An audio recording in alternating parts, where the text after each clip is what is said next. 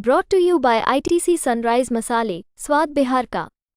नमस्कार, बिहार तक देख रहे हैं आप और आपके साथ मैं हूं आशीष अभिनव और हमारे साथ है हमारे सहयोगी इंद्रमोहन। इन दिनों सबसे ज्यादा एक बात की चर्चा है कि power star Pawan Singh Jan Suraaj join करने वाले हैं। कई नेताओं से उनकी मुलाकात होती है और सोशल मीडिया पर इस बात की चर्चा जोर पकड़ती है कि भारतीय जनता पार्टी से तो पवन सिंह का मोहभंग चुनाव के समय ही हो गया था और अब नए सियासी दल में अपना आशियाना तलाशेंगे पवन सिंह। क्या लगता है सर, जनसुराज ज्वाइन कर लेंगे जिस तरह से मुलाकातें हो रही है और सोशल मीडिया पर दावा किया जा रहा है? बिल्कुल, जिससे मुलाकात हुई है वो आनंद मिश्रा हैं, जिन्होंने बक्सर से लोकसभा का चुनाव लड़ा और खुद काराकाट से चुनाव लड़े पवन सिंह। पूरे शाहाबाद एरिया में एनडीए को नुकसान हुआ इन नेताओं के चुनाव लड़ने से। और इन जब दो नेताओं की मुलाकात हुई है तब अगर आप देखें तो ये कयास जरूर लगाए जा सकते हैं कि क्या पवन सिंह को किसी राजनीतिक दल की ज़रूरत है। हालांकि लोकसभा चुनाव के बाद एक प्रेस कॉन्फ्रेंस की थी पवन सिंह ने, जहां वहां के लोकल मीडिया से बातचीत की थी। उसमें उन्होंने ये दावा किया था उनकी लोगों ने कि पवन सिंह खुद अपनी पार्टी बना सकते हैं और अपनी पार्टी बनाकर वो विधानसभा चुनाव में उतर सकते हैं। लेकिन अब पहले उनकी पत्नी की मुलाकात होती है, प्रशांत किशोर की मुलाकात हुई है पवन सिंह की पत्नी से, और उसके बाद अब कहा जा रहा है कि पवन सिंह की आनंद मिश्रा से लखनऊ में ये मुलाकात हुई है। पवन सिंह ज़्यादातर समय लखनऊ में रहते हैं और वो वहीं आसपास उनका सूट भी चल रहा है, तो इस वजह से ये मुलाकात लखनऊ में हो रही है।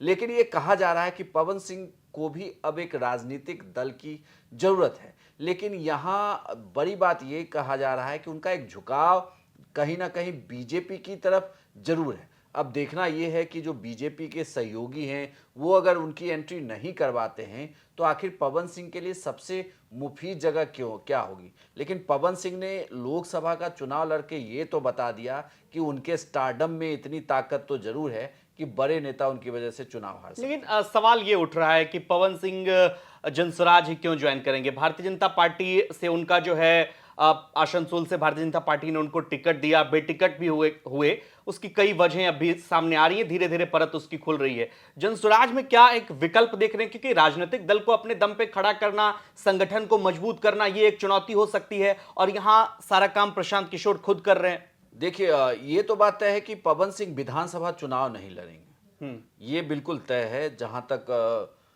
जानकारी है कि पवन सिंह विधानसभा चुनाव लड़ने नहीं जा रहे हैं, वो लोकसभा ही उनकी इच्छा है कि वो लोकसभा ही जाएं। लेकिन अब बड़ी बात यह है कि अब लोकसभा चुनाव 5 साल के बाद होना है, तो पवन सिंह चूंकि राजनीति में उतर चुके हैं तो उन्हें बने रहना होगा, लोगों के बीच काम करते रहना होगा। तो इस विधानसभा चुनाव के दौरान हालांकि बीजेपी से उनकी नज़दीकी है, तो ये तो हुआ नहीं है कि बीजेपी ने उनको कहीं किसी तरीके का कुछ कहा हो। हाँ, उन्होंने टिकट लौटाया, उसके बाद वो निर्दलीय चुनाव लड़ गए।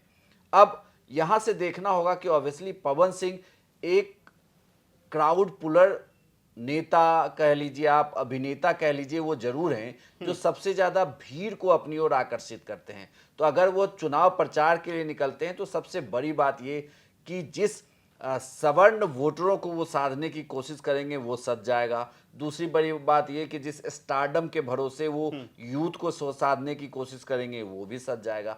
उनके वोटरों में लड़के लड़कियों का फर्क खत्म हो जाता है। इन सब का फायदा जरूर मिलेगा वो जिसके भी साथ होंगे, और शायद इसीलिए ये कोशिश प्रशांत किशोर की है कि अगर पवन सिंह जैसे अभिनेता उनके साथ जुड़ते हैं तो स्टार प्रचारकों के तौर पर उनके पास लोगों की कमी नहीं होगी। मतलब आपका ये कहना है कि जनसुराज को भी पवन सिंह जैसे चेहरे की जरूरत है, बिल्कुल भीड़ जुटाने के लिए, मास को इकट्ठा करने के लिए, इन्फ्लुएंस करने के लिए। देखिए, जनसुराज की सबसे बड़ी ताकत सोशल मीडिया और प्रशांत किशोर खुद है। जनसुराज, क्योंकि प्रशांत किशोर जो काम करते हैं वो सोशल मीडिया पर बहुत अच्छा, कहें तो एक तरीके से वो माहौल बना लेते हैं, वहां तक तो ठीक है। लेकिन जमीन पर वोटरों को जोड़ने के लिए या उस वोटर की एक पहचान के लिए कि पता चले कि उसके पीछे का चेहरा कौन है, तो उसके लिए उन्हें एक स्टार प्रचारक की जरूरत होगी। और विधानसभा चुनाव 243 सीटों पर होना है, तो ऐसे में प्रशांत किशोर हर विधानसभा में मौजूद हों ये संभव नहीं।